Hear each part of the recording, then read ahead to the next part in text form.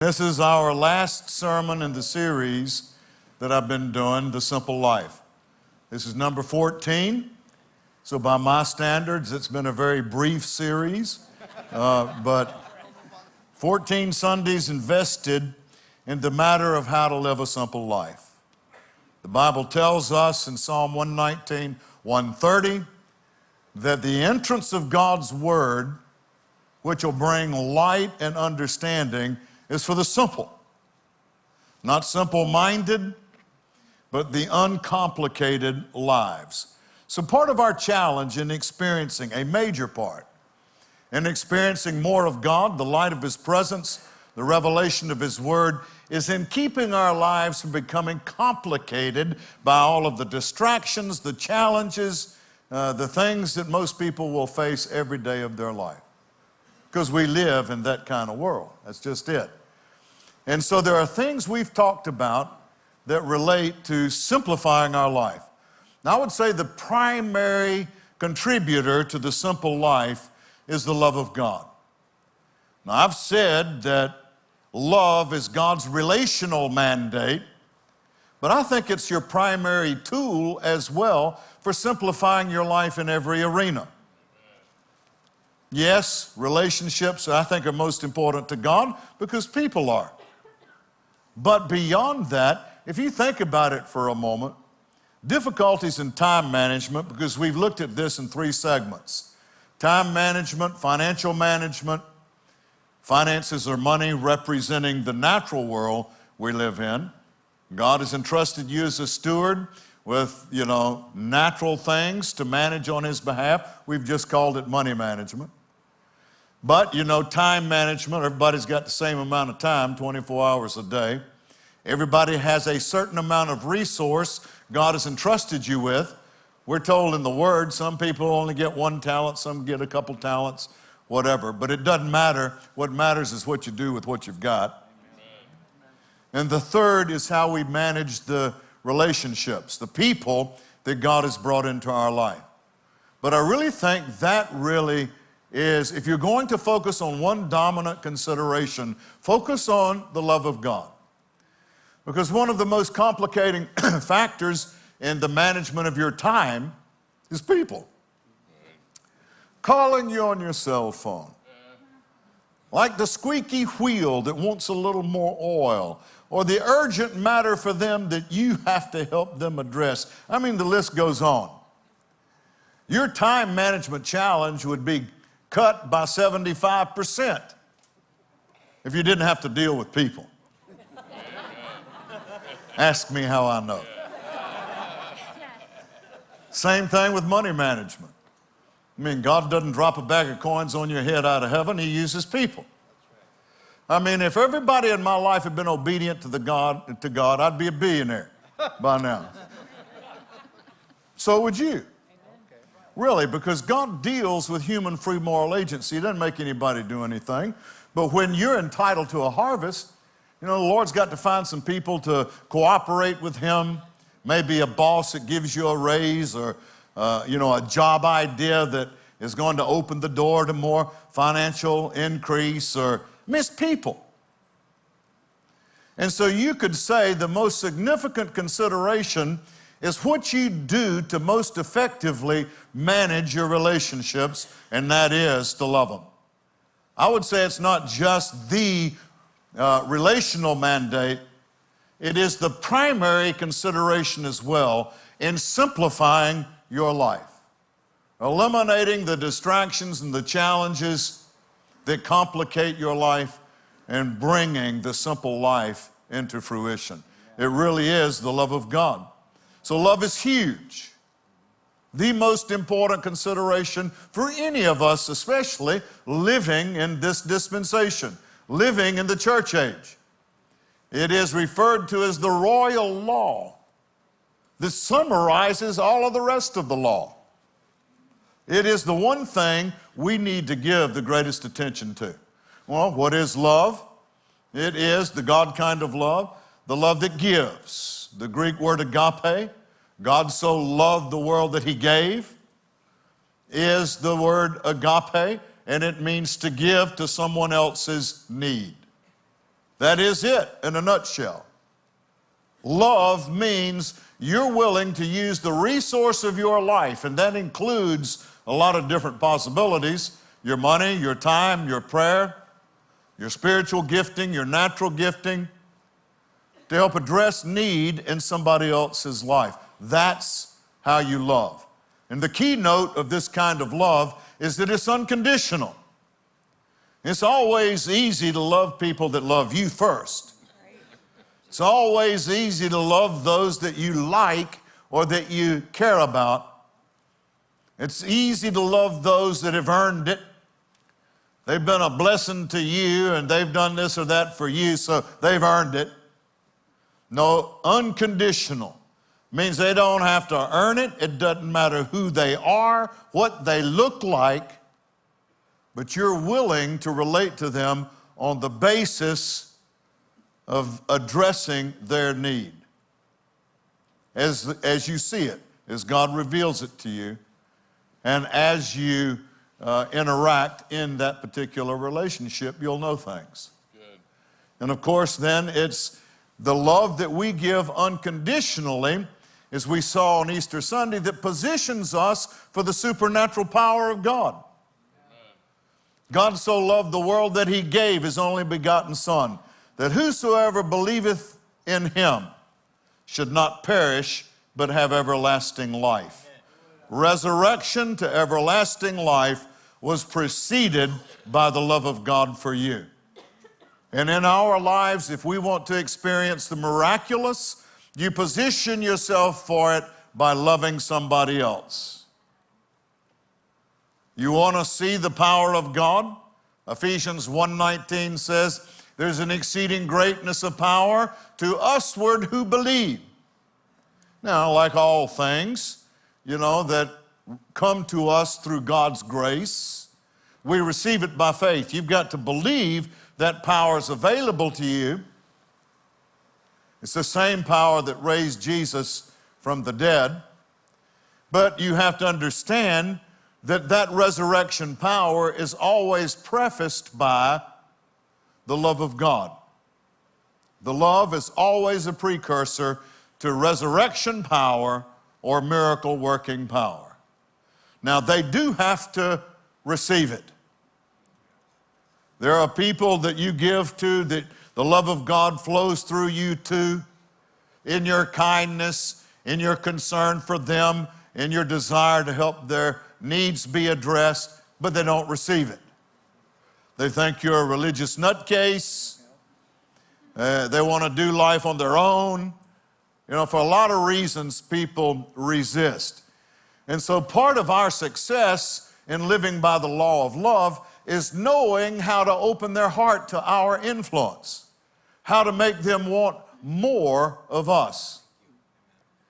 Now, in this same vein, it's good to know what love looks like, so you can measure your own life in terms of these markers God gives us. And that's really what 1 Corinthians 13, 4 through 8 is. It's kindness, it's gentleness, it's goodness, it's not being haughty or puffed up or self-seeking, but concerned about others, believing the best, hoping the best. All of the things we saw there are earmarks of love. When you're functioning in love, these will be true for the way you relate to other people. And this is being given you as an example to measure yourself by. Truthfully, am I functioning in the love that will entitle me to participate in the experience of resurrection power? They have to believe and receive the love that God is expressing to them through you in order for that power to work in their life. But now it has an effect on you, because the Bible says what you sow, you reap. That means you're going to be getting this back again. So essentially, we understand that love is seen by the way you relate to. Are you gentle? Are you kind? Keep your words right. Don't act unseemly as the word says. Keep yourself out of the picture, not be self-seeking, self-concerned. Believe the best, hope the best of others. Be honest. Is this the way you see yourself relating to people or not? Or maybe just a few that deserve it. Because all of this is to be unconditional, no matter who you're relating to. But then Jesus said something that I think is even more important. He said, in terms of our understanding the operation of love, he said, you can only know truth by the fruit that it produces. I mean, a lot of people say a lot of things, but what kind of fruit is produced by that aspect of their life? That's the only thing that reveals truth, the fruit of a particular matter. And when Jesus, one of the places he said that in Matthew 7:15, he's talking about, you want to know the truth about the validity of ministry that a person stands in? There's certain fruits you need to find. But it's true in anything. I did a long-running series about the fruit of God years ago. There are many, many things he says about fruit, indicating the presence or absence of some form of truth. You know, he said, whether or not you're my disciples, truthfully, will be seen by the love you have for one another. So really, the fruit is what's important. And in 1 John 4:16 through 18, which we've been in several times, and you don't necessarily need to go there now, I'm just reminding you. But we're told that the fruit of love is that it casts out fear and hath no torment. That's the ultimate fruit that will show you if the love of God is present or not. First of all, in your life, what level of fear, care, or anxiety constrains your decision-making and your quality of life? Because that'll show you how much revelation you have of God's love for you. He said, herein is our love made perfect. Herein what? That we have known and believed God's love for us. Then your love is made perfect or matured. But it starts out with your knowing and believing how much He loves you. And the fruit of that will be the absence of fear or torment in any regard. I flew with actually there are a couple of guys I remember, in Vietnam, with a couple of fellas. I mean, when the loss rates were horrendous, 1 out of every 3 pilots assigned to the 105 squadrons in Tockley and Karat would finish their 100 missions. The rest would be dead or prisoners of war. And so, fear permeated a lot of no man, especially a warrior mentality, likes to think that he's afraid. But you could see it in, the drinking, after missions, under the guise of celebration, of a successful mission. But man, it was to deaden the fear. But there were a couple of guys that, it was obvious they weren't afraid. And I've heard people say if a person in combat says they're not fearful, then they're lying. Courage is overcoming fear.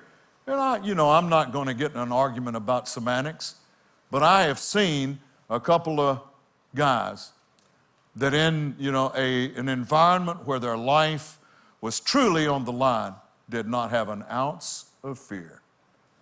And as I began to mature in the Word a little bit, 40 years ago or so, I began to understand that. Because when you have a revelation of what lies on the other side of death, and it's true, I'm talking about a revelation that this life isn't, just something that evaporates when you die. And there's a vast nothingness for you to experience, which is what atheists believe. If you believe that because you're born again, you have a heart relationship with the Lord through Jesus Christ, you know that when death occurs, it's a promotion to an arena of experience that has no tears, no sorrow, no grieving, no pain, no heartache, a realm of unimaginable blessing, provision. Don't get me started. I'm talking an eternal calling that involves a universal assignment. I mean, the things that you come to believe about what lies on the other side of the veil of death will make you immune to the fear of death. Right. So even the fear of death, the dominant, detractor of quality of life in the human species, that sting has been removed. And eventually death itself will be at the resurrection. But in the meantime, it has no sting because you have the opportunity to have it revealed to your heart. There's nothing on the other side of the veil of death other than good things. And it kills fear at its highest level. And that's why the Bible says love, God's love for you. When you know it and you believe it, it kills the fear of death and everything else.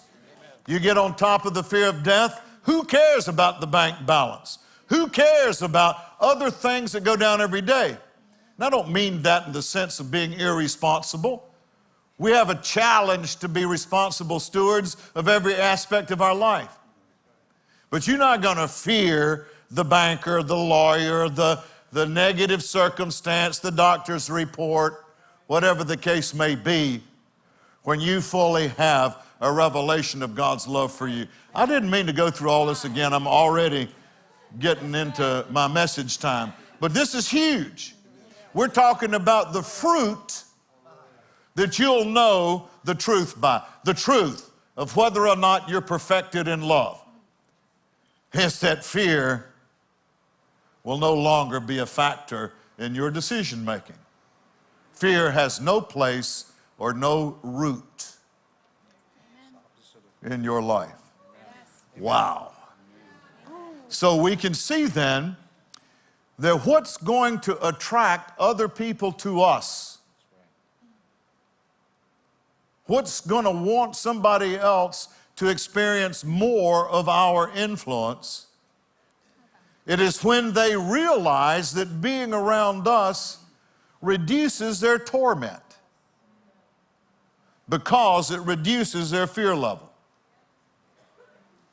No man likes to think that fear has a foothold in his life. That's a masculine problem, most usually. I'm sure it's true for some ladies too. But there was a time in my life when, I don't fear anything. And that's a bunch of baloney, but you're not going to let anybody know it, but understand that every form of torment you experience is rooted in fear. Even the aggressive and domineering and intimidating behavior that a lot of men and people in general enter into, thinking that's the way, you get what you want. This is the way you succeed in life. The real man is going to be the one that faces down all other opposition. Well, you face it down by being gentle and kind, considerate of somebody else. And here's the key. When you begin loving somebody, you reduce their level of torment, because every form of torment, aggression, intimidation, anger, all of that is rooted in fear. You're angry because somebody confronted your weakness, or perhaps, may beat you out or make you look bad, or you get angry because, they treated you unfairly, and this is your reaction. All anger, all animosity, all hatred as well as the more obvious things like cares and anxiety. But every soulish negative you can think of is rooted in some form of fear. So when we learn to reduce the fear, or you could say slant torment in someone else's life, because the word says all fear is torment. When, because of the love of God, we learn to reduce their fear of us, of our motives, our desire that they might have originally thought was counter to their own interests, when we learn to reduce their concern regarding us, and then beyond that, they begin to see something about us that is fear-free and makes them want that. And they realize when they're around us, their level of torment shrinks. They're going to want to be around you more. They're going to be open to your influence in a very supernatural way. Well, it's a 21-minute review, but I want to talk to you today in our final session about, because you got to view the word this way. God is love. God and His Word are one. Therefore, anything in His Word is, as it regards instruction for us in relating to other people, is a form of love. Right? Say it again one more time real quick. Anything we find in His Word that we're to do with other people is a form of how we love them. Really, 1 Corinthians 13, 4 through 8 is not how we love other people. That's what it looks like when we do. So we can help determine whether or not we actually are. But the Word is filled with things that we should do in our interaction with other people that, since God is love, can be said to be one of the ways He's telling us to express love for them. Let's take a look at one of the most basic examples in Mark 11:25. Now the message is here. Mark 11:25 says, when you stand praying, forgive. Forgiveness is obviously one of the most basic examples of loving another person. Forgive if you have aught against any, that your Father also which is in heaven may forgive you your trespasses. Well, we get motivated to forgive by thinking, hey, we want God's forgiveness. And if we approach life in a way that says, we are worthy of the gift of Jesus Christ, which is how our forgiveness has happened, but we won't forgive someone else, so they're not worthy of it. That isn't going to fly with the Lord. So basically, He says, when you stand praying, don't be acting all holy and pious. You need to forgive anyone that has done aught against you. It could be legitimate. They could have wronged you in a big-time way, but forgiveness is how you love them, first and foremost of all. In ministry, I've gotten told many times about something horrible someone else did that makes it impossible for them to forgive them. And that's just too bad, because you're the one that's going to be living in the poison of unforgiveness. It's going to affect you far more than it affects them. So you love people by forgiving them, but you also love people by seeking their forgiveness when they have aught with you. Let's look at Matthew chapter 5 for a moment. Matthew 5:23. Therefore, if thou bring thy gift to the altar, and thou rememberest that thy brother hath aught against thee, then the next verse says, leave there thy gift before the altar and go thy way. First be reconciled to thy brother, and then come and offer thy gift. Now, I preached a real good sermon 25 years ago, a long time ago, about how your harvest is affected by allowing other people to have aught against you. By being offensive, either intentionally or unintentionally, to other people. And knowing it but not correcting it can have a dramatic effect on postponing your harvest in life. So God says, don't even bother tendering your gift. But I'm not going there. I just want to use this to say forgiveness runs two ways. You have to forgive other people, and then you have to find the people that you know you've done ought to, and that likely hold you in unforgiveness, which is a poison to them. You've got to seek them out.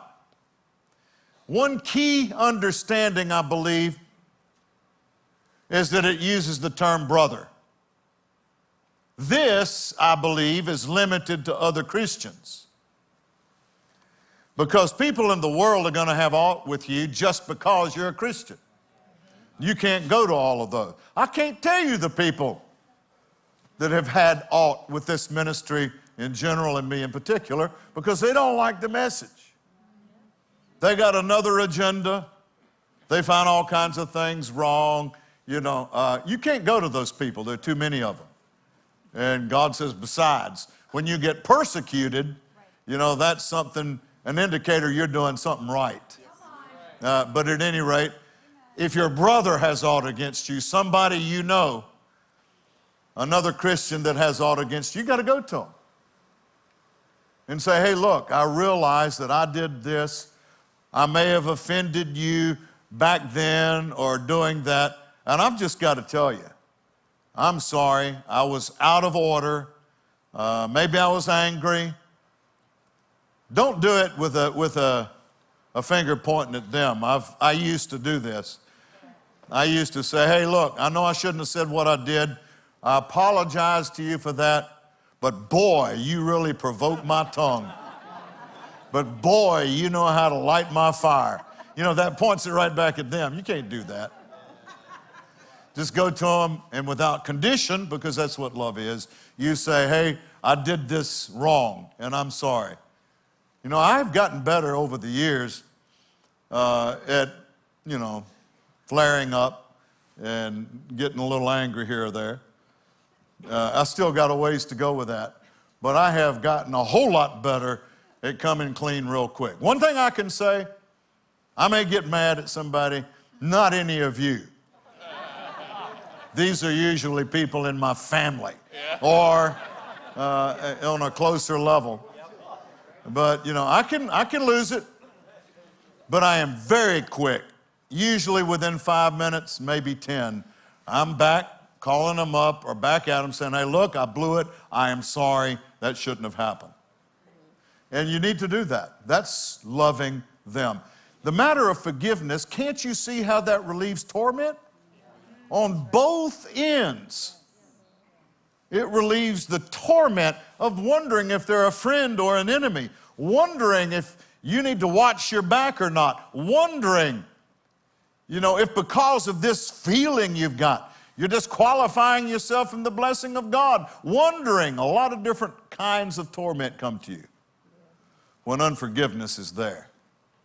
So let's take a look at something else that has to do with relating to other people in James 1:19. Wherefore, my beloved brethren, let every man be swift to hear, slow to speak, and slow to wrath. This is loving somebody. When you listen to someone, instead of thinking about how you're going to respond before they're even finished saying what they were saying,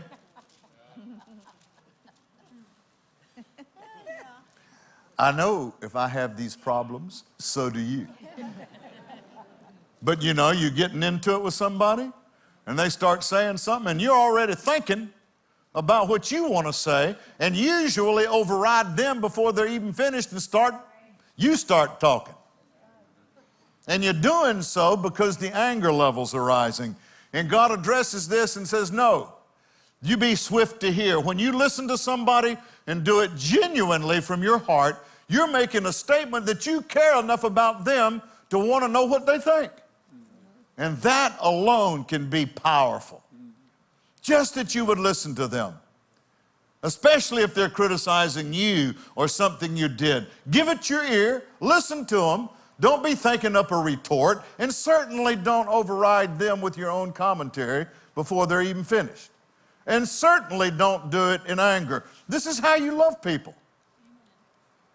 This is giving to somebody your ear, your attention, your logical, rational evaluation, not speaking until you've gotten your tongue under control so you don't say something you regret, and not letting anger become part of the exchange. It almost makes it sound like you can get angry if you let it happen slowly.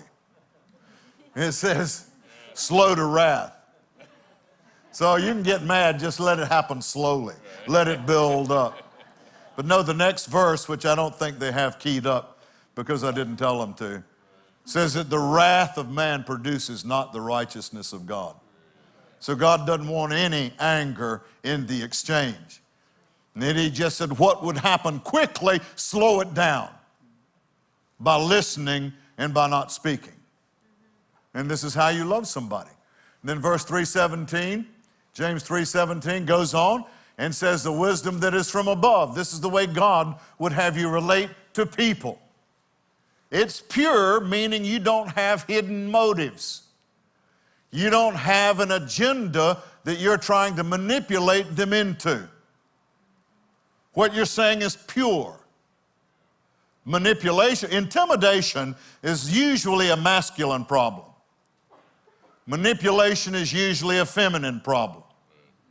And I'm not saying either is exclusive to one gender or the other, but this is the way it normally works.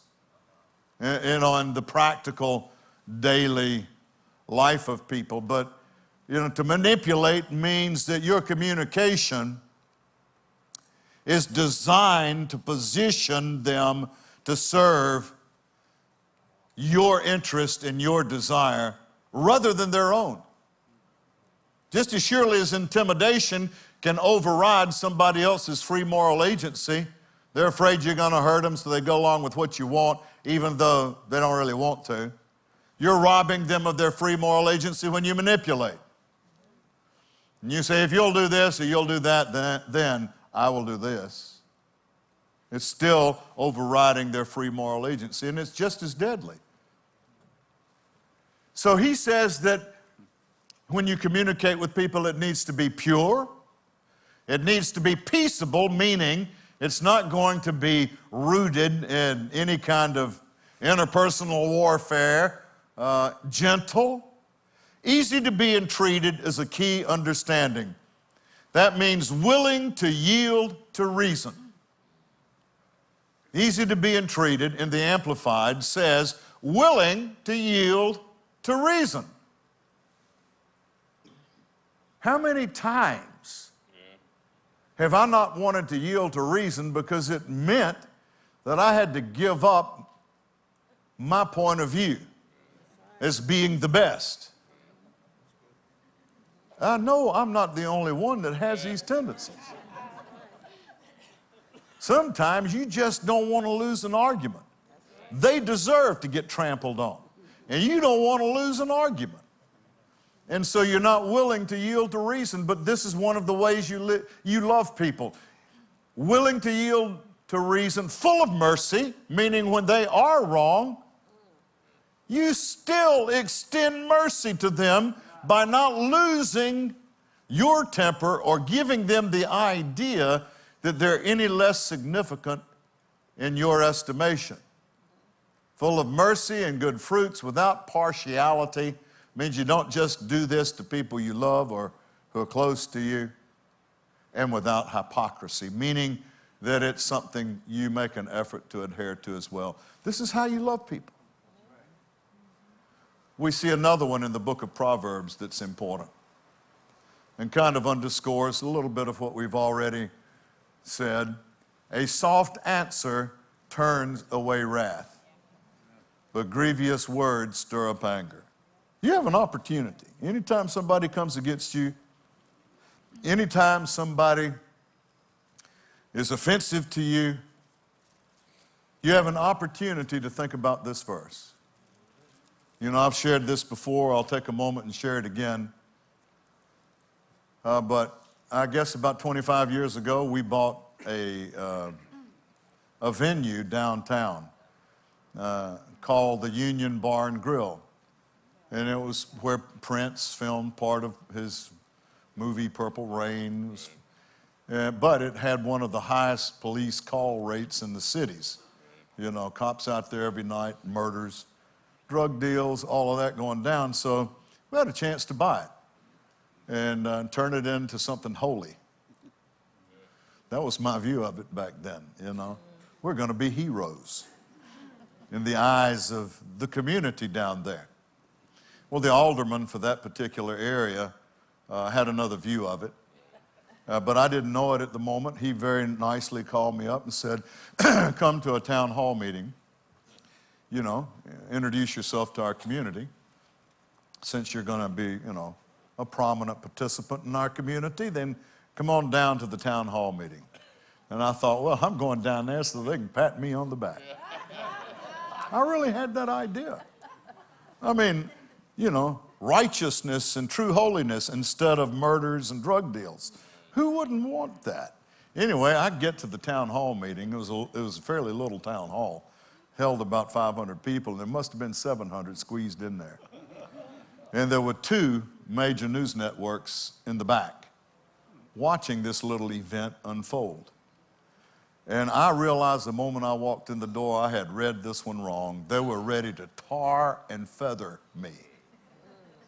The alderman had stirred up the community that this suburban church was going to come and impose on them our view of ministry, which is soup kitchens and bringing people off the streets and help put them back on their feet. And he said all they're going to do with their soup kitchen, their free food and handouts, is bring every indigent in the metroplex into our community. The crime rate will go up even more. And their pious approach, you know, they're going to make things worse for us here than they currently are. Well, they were ready to tar and feather me. And my initial reaction when I got in the pulpit, and I had people standing up, booing, shouting every profanity imaginable.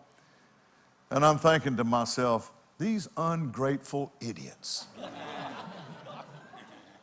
Don't they realize how their quality of life will be improved by getting the Word of God a place downtown? This is what I'm thinking.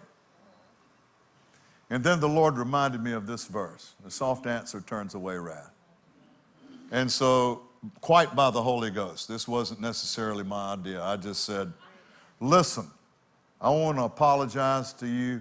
I am so sorry that I didn't ask the alderman for a town hall meeting before we came down to see if you even wanted us down here. That's what I should have done. So I want you to accept my apologies. I was wrong. You know, I should have done that. But it's too late now because I already own the place. So what I will do is make you a commitment, a promise, that I'll make no changes down here, that I don't come back here first and get your approval to do. It was like somebody popped a balloon. The anger just left that place. It just went away. And by the time the meeting was over, they were kind of happy we were coming. And it's all because of this verse. A soft answer turns away wrath. These are all examples of the way we love God. I guess everything can be summarized best as I bring it to a close this morning. In James chapter 3, verse 1, all of the things that we talked about, God says to do in relating to other people, can be summarized here. It says, for in many things we offend all.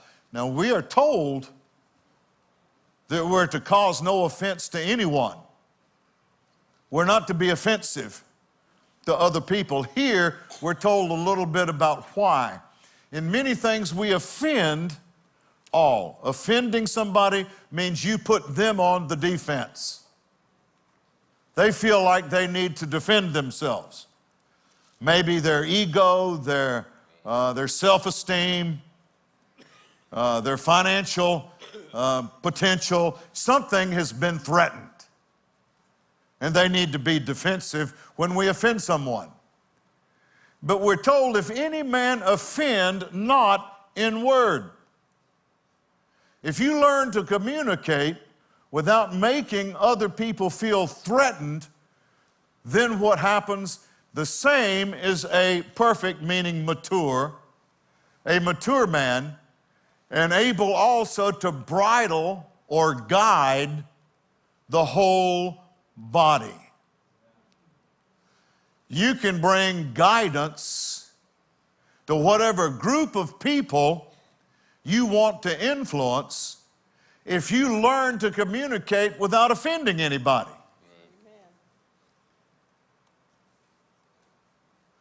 There was a book written by two Jewish guys named Hammond and Horstein back in the 70s that changed my view of running a business or a ministry. It says they discovered something that was controversial at the time, but has become a major corporate strategy or understanding in building successful businesses. They said the one thing that undermines a successful corporate endeavor more than anything else is the leadership creating a threat environment. I've taught on this as well, but when somebody feels threatened, when a supervisor or a manager or someone's, loses it a little bit and says, "You stupid so-and-so, why'd you do that? Look what you did. You cost us this. You cost us that." The implication is not only does that lower their view of self, their self-esteem, but it would seem to imply that their job security is in jeopardy. Their earning potential is in jeopardy. You don't succeed in gaining someone's loyalty by intimidating them or creating a threat environment. And it really did change the way corporate America operates over the intervening couple of decades, that one book. And I remember reading that book, and it really changed a lot about how I viewed life, as far as wanting to get an effective, corporation. Back then I was in the air freight business, getting an effective company going. And essentially, you gain loyalty by being loyal to your employees, by having their best interests at heart. The Bible calls it servant leadership. The chiefest of all is the servant of all. When people know that you're there to help them achieve their goals, their objectives, a successful life, they're going to be loyal to you. But the point of this is, the threat environment is always inhibitive to the will of God. And if you want to love somebody, you want to avoid making them defensive, making them feel threatened, you need to learn how to communicate in a way that doesn't offend them, doesn't make them feel threatened on any level. Financially, self-esteem-wise, vocationally, whatever. You can't make them feel threatened. And a lot of times, people in leadership have asked me over the years, well, how do you correct somebody? I mean, you tell somebody's doing something wrong and they need to change it. I mean, they might get offended. A lot of people don't like to be told they're doing something wrong. So how do you bring correction to bear in your organization? Well, again, Jesus is the answer. When we see his instruction to the 7 churches of Asia Minor in the book of Revelation, in almost every example, he says, I know your love, I know your hard labor. He acknowledges all of the good things they've done, the good things they are. And then he brings the correction. Now, I actually think it would be manipulative for us to do exactly that. And we want to correct somebody, so we sit them down and we say, You've really done a lot of good things around here, but I want to tell you what. No, that's not it. When you consistently praise people for the good things they do, and you consistently acknowledge, their value and their worth to whatever it is you're attempting to do, and that's been consistent over time, then when it's time to bring correction to bear, they can hear it. You can do it. But the point is, avoiding the threat environment is one of the best ways we love people. People feel threatened when you reject them. People feel threatened when you lose your temper and make the suggestion that their value is less than they would like it to be. People feel threatened when you use intimidation or manipulation to get your way with them. And one of the primary ways you love people is by respecting their free moral agency, their right to make even wrong choices. Letting them know what you believe is the right choice, at least for your business or in a way that's appropriate to your relationship with them, but doing so in a loving way, kind way, believing the best, hoping the best, reducing the possibility of torment, that maybe their self-worth is going to be threatened because you reject them. Not just something that they did that you'd like to see changed, but them. So measure your relationships on the basis of these things we've seen. And there are others. This isn't a comprehensive list that God tells us to do when we interact with people. But these are the ways we love folks. Love never fails. Love is your best path to the simple life. Not just a relational mandate, but I think your best path to the simple life, a life that can be filled with the power of God's presence and glory, a life that can be filled with revelation and understanding. The series is closed. We're done. Amen.